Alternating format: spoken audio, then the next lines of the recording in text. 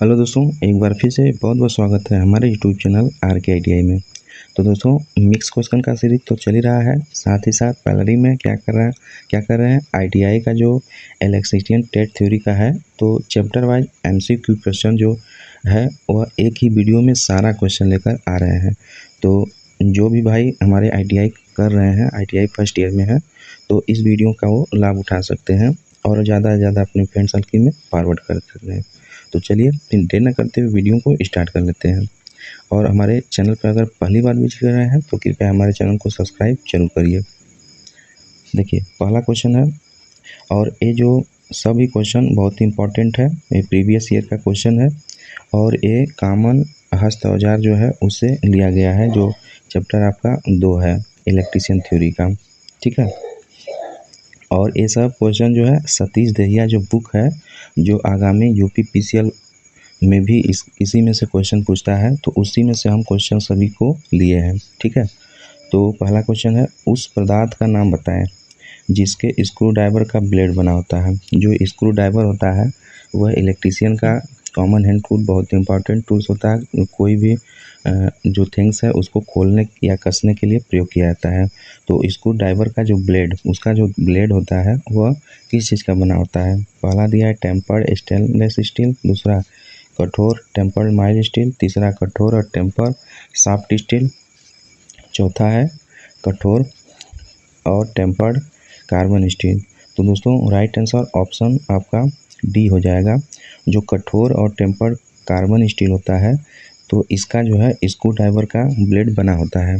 ठीक है, याद रखेंगे। क्वेश्चन नंबर दूसरा है, लकड़ी के स्क्रू का पिच होता है। जो लकड़ी के स्क्रू का पिच होता है, देखिए स्क्रू ड्राइवर लकड़ी का भी होता है और सेलेनियम का भी होता है और पोर्सिलिन या रबड़ का भी होता है। तो यहाँ पूछा है लकड़ी के स्क्रू का पिच होता है। जो स्क्रू होता है उसका पिच होता है, पहला टिप से थ्रेडेड पोजीशन के अंत तक की दूरी, दूसरा समीपवर्ती थ्रेड के बीच की दूरी, तीसरा अनथ्रेड भाग के से हेड तक की दूरी, चौथा है टिप से हेड तक की दूरी। ठीक है, तो राइट आंसर ऑप्शन आपका बी हो जाएगा, समीपवर्ती थ्रेड के बीच की दूरी।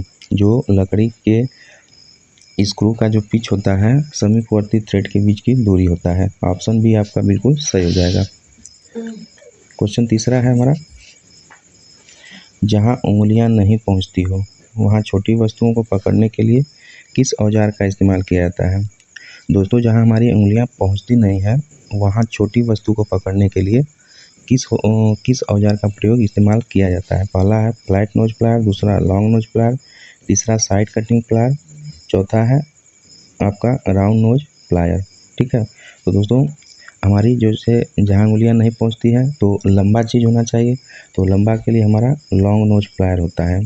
ठीक है, ऑप्शन आपका बी बिल्कुल सही हो जाएगा। लॉन्ग नोज प्लायर की मदद से क्या करते हैं, जहाँ हमारी छोटी वस्तुओं को पकड़ना है, जहाँ उंगलियां नहीं जाती है वहाँ उसको पकड़ लेते हैं, तो उसमें सहायक होता है हमारा long nose plier. Option B आपका बिल्कुल सही हो जाएगा। क्वेश्चन नंबर हमारा अगला है, केबल के आवरण मतलब सीट और इंसुलेशन परत इंसुलेशन हटाने के लिए किस औजार प्लायर का इस्तेमाल किया जाता है। पहला कॉम्बिनेशन प्लायर, दूसरा फ्लैट नोज प्लायर, तीसरा डायगोनल कटिंग प्लायर, चौथा है राउंड नोज प्लायर। ठीक है, तो केबल का जो आवरण है और इंसुलेशन हटाने के लिए मेनली जो है हम option C diagonal cutting plier का इस्तेमाल करते हैं। ठीक है, ऑप्शन सी आपका बिल्कुल सही हो जाएगा। डायगोनल कटिंग प्लायर का यूज करते हैं किसके लिए, केबल का आवरण और इंसुलेशन हटाने के लिए। ठीक है, तो राइट आंसर ऑप्शन बी हो जाएगा। इसी में कॉम्बिनेशन प्लायर जो नॉर्मल इलेक्ट्रीशियन का औजार होता है उसका प्रयोग तो सभी मल्टीपर्पज़ होता है, सभी तार को काटने या जोड़ने या ऐंठने में प्रयोग किया जाता है। ठीक है, चलिए अगला क्वेश्चन देखते हैं। क्वेश्चन हमारा पांचवा है, दर्शाए गए फिगर में इलेक्ट्रीशियन हैंड टूल का नाम बताइए।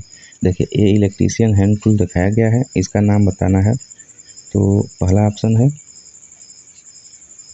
कॉम्बिनेशन प्लायर, दूसरा हैंड क्रिपिंग प्लायर, तीसरा है साइड कटिंग प्लायर, चौथा फ्लैट प्लायर। ठीक है, तो दोस्तों ये जो फिगर है राइट आंसर ऑप्शन बी हो जाएगा आपका हैंड क्रिम्पिंग प्लायर। जो हैंड क्रिम्पिंग प्लायर है, ये फिगर जो दिखाया गया है वो आपका हैंड क्रिम्पिंग प्लायर है। ठीक है, तो राइट आंसर क्या हो जाएगा, ऑप्शन बी हो जाएगा हैंड क्रिम्पिंग प्लायर। ठीक है, तो चलिए क्वेश्चन नंबर 6 देखते हैं। हथौड़े का साइज किसके अनुसार मापा जाता है। जो हथौड़ा हमारा मैलेट होता है, हैमर होता है, वह किसके साइज के अनुसार मापा जाता है। ठीक है, पहला पिन की लंबाई के अनुसार, दूसरा फेस के व्यास के अनुसार, तीसरा हथौड़े के वजन के अनुसार, चौथा है हैंड की ऊंचाई के अनुसार।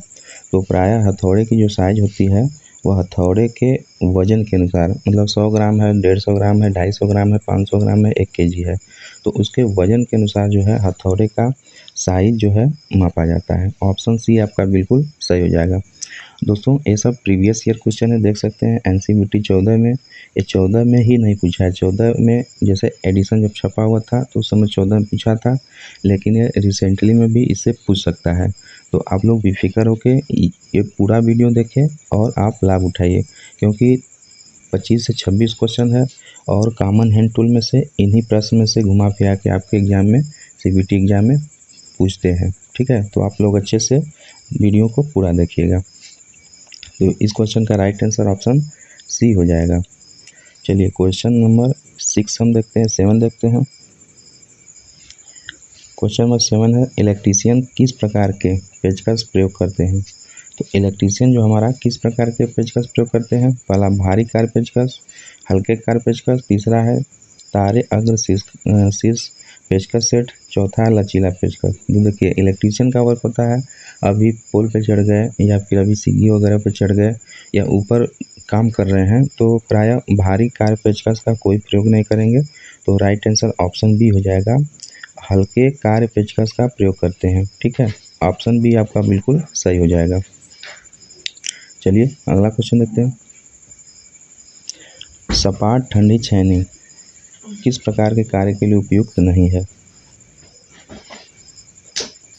जो सपाट छेनी होती है किस प्रकार के कार्य के लिए उपयुक्त नहीं किया जाता है। पहला बड़े फ्लैट सतहों के धातु को हटाने के लिए, दूसरा कार्य वस्तु के कोने का वर्गाकार बनाने के लिए, चौथा है कास्टिंग की अतिरिक्त धातु को हटाने के लिए, और चौथा है हमारा वेल्डेड जोड़ों की अतिरिक्त धातु को हटाने के लिए। तो दोस्तों जो राइट आंसर ऑप्शन बी है आपका बिल्कुल सही हो जाएगा। मेनली कार्य इसका नहीं होता है, कार्य वस्तु के कोनों का वर्गाकार बनाने हेतु। ठीक है, छेदी जो होती है हमारी, उसका मेनली कार्य होता है किसी वस्तु को हटाने के लिए, जो उसका मेटल है, एक्स्ट्रा मेटल है, उसको हटाने के लिए। ठीक है, बाकी ऑप्शन पहला, तीसरा, चौथा आपका ये सही है, मतलब यह कार्य करता है छेनी, लेकिन दूसरा है यह कार्य नहीं करता है। तो राइट आंसर ऑप्शन बी हो जाएगा। क्वेश्चन नंबर 9 है, इंसुलेटेड कॉम्बिनेशन प्लायर के लिए सावधानी रखेंगे कि उसे, मतलब इंसुलेटेड कॉम्बिनेशन प्लायर जो होता है, जो प्लायर बोला जाता है प्रायः, जो इलेक्ट्रीशियन का राजा औजार होता है, टूल्स होता है, के लिए क्या सावधानी रखना चाहिए। पहला, हथौड़े के रूप में प्रयोग नहीं करना चाहिए, बिल्कुल सही बात है। दूसरा, ऊंचे स्थान से नीचे नहीं गिराना चाहिए, बिल्कुल सही बात है, नहीं तो टूट सकता है। तीसरा, समय समय पर तेल लगाएंगे, सही बात है। चौथा, उपयुक्त सभी। तो दोस्तों राइट आंसर ऑप्शन डी हो जाएगा, उपयुक्त आपका सभी।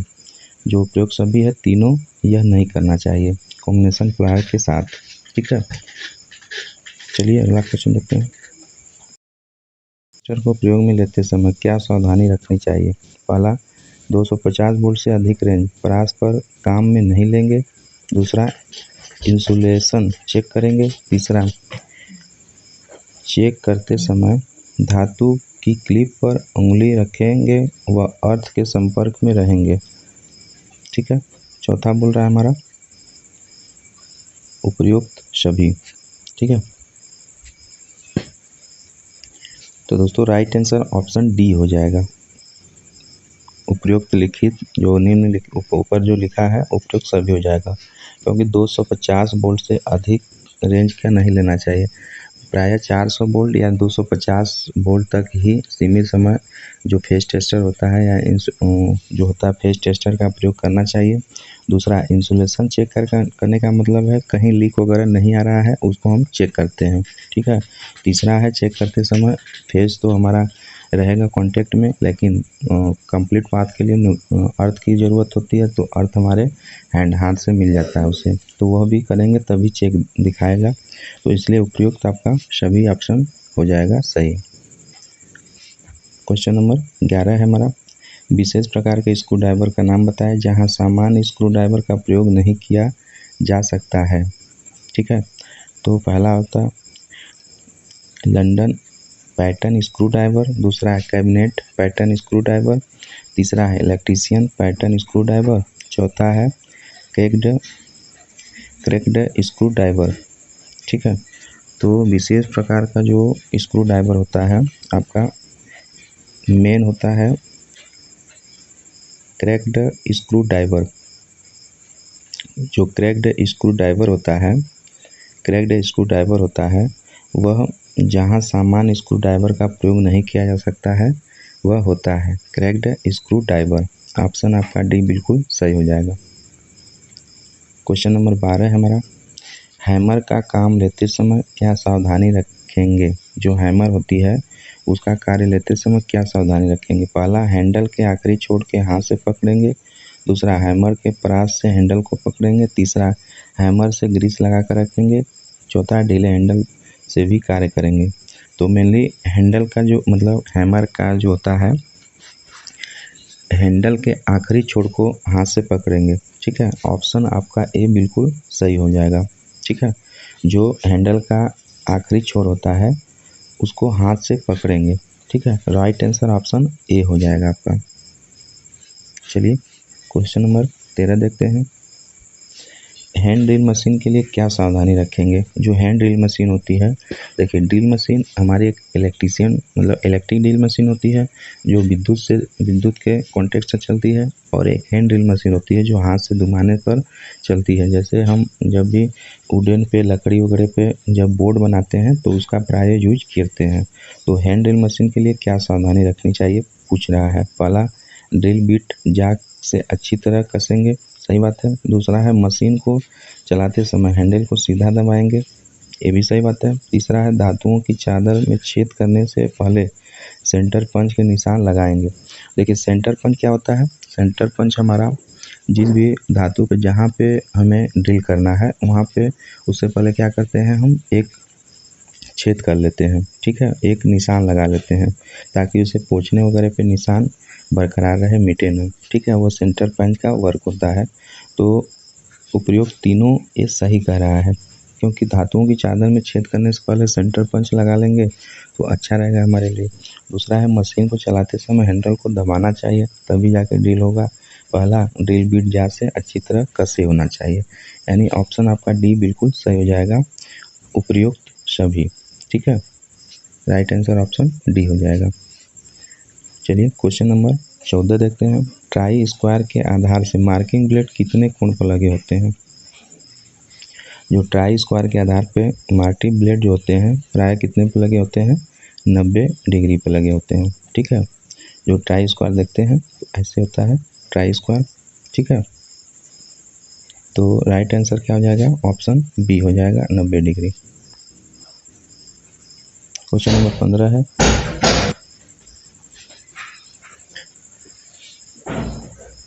लकड़ी का बना हैमर होता है। एक देखिए लकड़ी का बना ही हैमर होता है, ठीक है। इस तरह मोटा सा लकड़ी का बना हैमर होता है, ठीक है।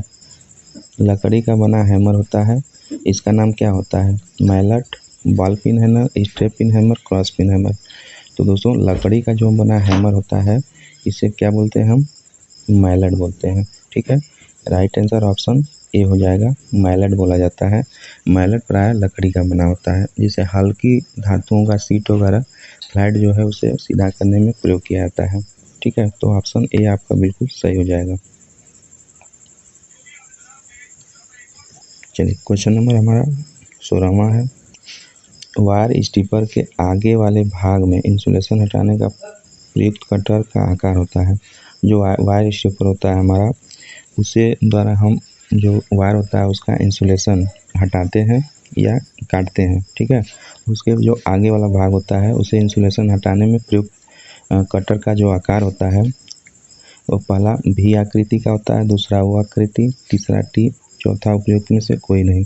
तो दोस्तों राइट आंसर ऑप्शन ए हो जाएगा, भी आकृति का होता है, ठीक है।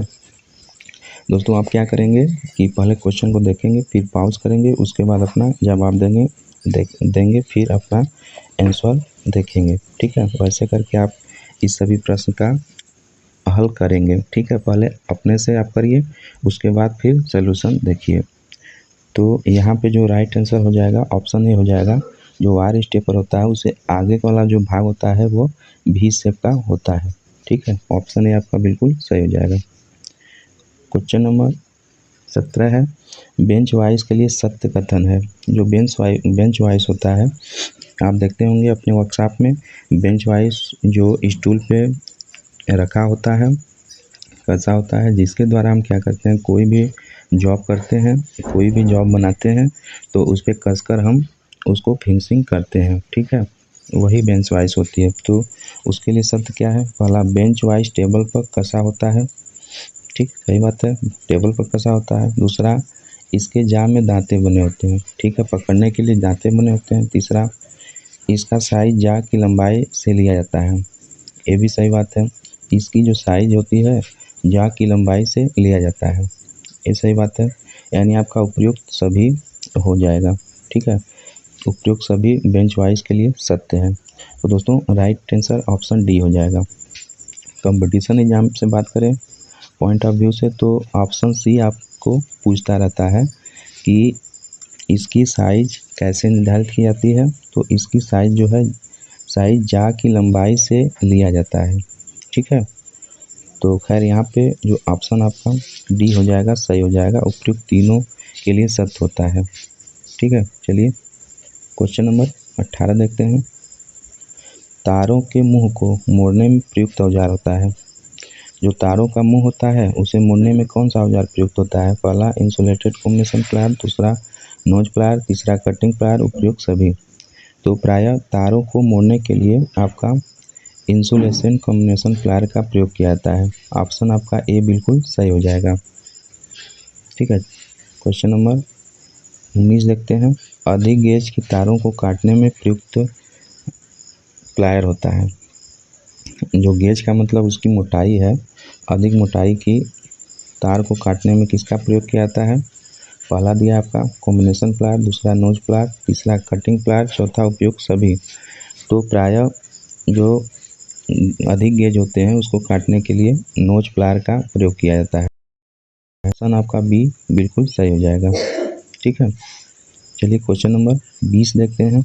इंसुलेटेड स्क्रू ड्राइवर यानी पेचकस का हैंडल किसका बना होता है। तो इंसुलेटेड जो हैंडल होता है, स्क्रू ड्राइवर का हैंडल लकड़ी का भी बना होता है, प्लास्टिक का भी बना होता है, सेलुलाइट का भी बना होता है, यानी उपयुक्त तीनों का बना होता है। उपयुक्त सभी आपका राइट आंसर हो जाएगा। जो पेचकस होता है उसका लकड़ी का भी बनता है, प्लास्टिक का भी बनता है, सेलुलाइट का भी बनता है, ठीक है। तो राइट आंसर ऑप्शन डी हो जाएगा। क्वेश्चन नंबर 21 है हमारा। लोहे के तार व पत्ती को सीधा करने में प्रयुक्त हैमर है। दोस्तों ये सब को क्वेश्चन बाय क्वेश्चन इसलिए करा रहे हैं ताकि इसमें कोई कॉन्सेप्ट नहीं है, ये सब याद करने योग्य आपके लिए है ना। तो इसीलिए हम इसका कोई डिस्कशन करा नहीं रहे हैं, बस क्वेश्चन से आंसर करवा रहे हैं। बाकी आप लोग क्या करेंगे, याद रखेंगे इसे। आगे जो भी क्वेश्चन है, जैसे प्रारंभिक विद्युत है और भी सब बैटरी वगैरह है, तो ये सब का जब क्वेश्चन आएगा तो उसमें कंसेप्ट भी सिखाएंगे, कंसेप्ट भी रहेगा, ठीक है। चलिए क्वेश्चन नंबर 21 है। लोहे के तार व पत्ती को सीधा करने में प्रयुक्त हैमर है। जो हैमर यानी कौन सा हथौड़ी है जो लोहे के तार व पत्ती को सीधा करता है, पहला क्रॉस पिन हैमर, दूसरा स्टेप पिन हैमर, तीसरा बॉल पिन हैमर, चौथा उपयुक्त सभी। तो प्रायः लोहे व पत्ती को सीधा करने के लिए क्रॉस पिन हैमर का प्रयोग किया जाता है, ठीक है। क्रॉस पिन हैमर का प्रयोग किया जाता है।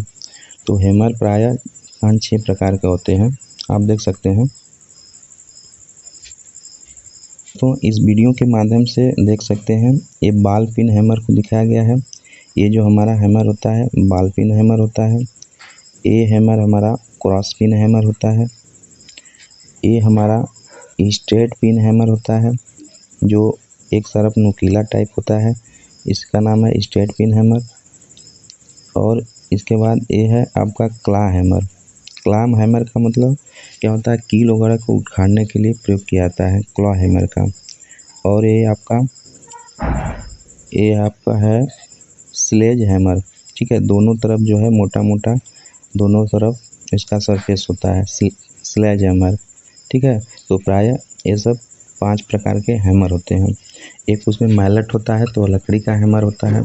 ठीक है, तो क्वेश्चन में क्या पूछा था, तो आपका क्वेश्चन पूछा था कि लोहे के तार व पत्ती को सीधा करने में हैमर प्रयोग किया जाता है। तो आपका राइट आंसर ऑप्शन ए होता है cross pein hammer. Cross pein hammer का तार व पत्ती को सीधा करने में प्रयोग किया जाता है। ठीक है, तो अभी 5 प्रकार का आप हैमर देखे हैं। तो इसमें जो क्रॉस पिन हैमर था उसका प्रयोग पत्ती व तार को सीधा करने में प्रयोग किया जाता है। क्वेश्चन नंबर 22वां हमारा, कोल्ड चीजल का निर्माण किस धातु से किया जाता है। जो कोल्ड चीजल है निर्माण किस धातु से किया जाता है। पहला तांबे, दूसरा हार्ड कार्बन स्टील, तीसरा लोहे, चौथा उपयोग सभी। तो कोल्ड चीजल जो होता है उसका निर्माण प्रायः हार्ड कार्बन स्टील से किया जाता है। तो राइट आंसर ऑप्शन बी हो जाएगा आपका, हार्ड कार्बन स्टील। चलिए क्वेश्चन नंबर 23 देखते हैं। टेनन शाह। टेनन शाह क्या होता है, हिंदी में उसका आरी नाम होता है, जो प्रायः लकड़ी सबको काटने के प्रयोग किया जाता है। कारपेंटर में ज़्यादातर यूज किया जाता है। तो टेनन शाह 250 mm के ब्लेड की चौड़ाई का मान क्या होता है। जो टेनन शाह होती है इसकी ब्लेड की चौड़ाई, ये पूछा है चौड़ाई, है ना। टेनन शाह होती है ना, इस तरह हत्था पकड़ने वाला होता है, तो इसकी जो चौड़ाई होती है उसका मान पूछा है। पहला दिया 200 mm, दूसरा 150 mm, तीसरा 100 mm, चौथा है 90 mm। तो उसका ब्लेड की चौड़ाई प्रायः 100 mm होती है। राइट आंसर ऑप्शन सी हो जाएगा। जो टेनन शाह होता है उसका ब्लेड की लंबाई आपका चौड़ाई 100 mm होती है। ऑप्शन सी आपका बिल्कुल सही हो जाएगा। क्वेश्चन नंबर 24 है, चित्र में दर्शाया गया यंत्र है, यह जो इंस्ट्रूमेंट दिखाया गया है कौन सा है। पहला फ्लैट नोज प्लायर, दूसरा राउंड नोज प्लायर, तीसरा लॉन्ग नोज प्लायर, तीसरा चौथा है साइड कटिंग प्लायर। ठीक है, तो दोस्तों इसका राइट आंसर ऑप्शन आपका बी हो जाएगा, राउंड नोज प्लायर यह है। ये जो फिगर में दिखाया गया है, जो फिगर दिखाया गया है राउंड नोज प्लायर का दिखाया गया है। राइट आंसर ऑप्शन बी हो जाएगा, याद रखेंगे। क्वेश्चन नंबर 25 है, रॉग प्लग टूल का आरेख है।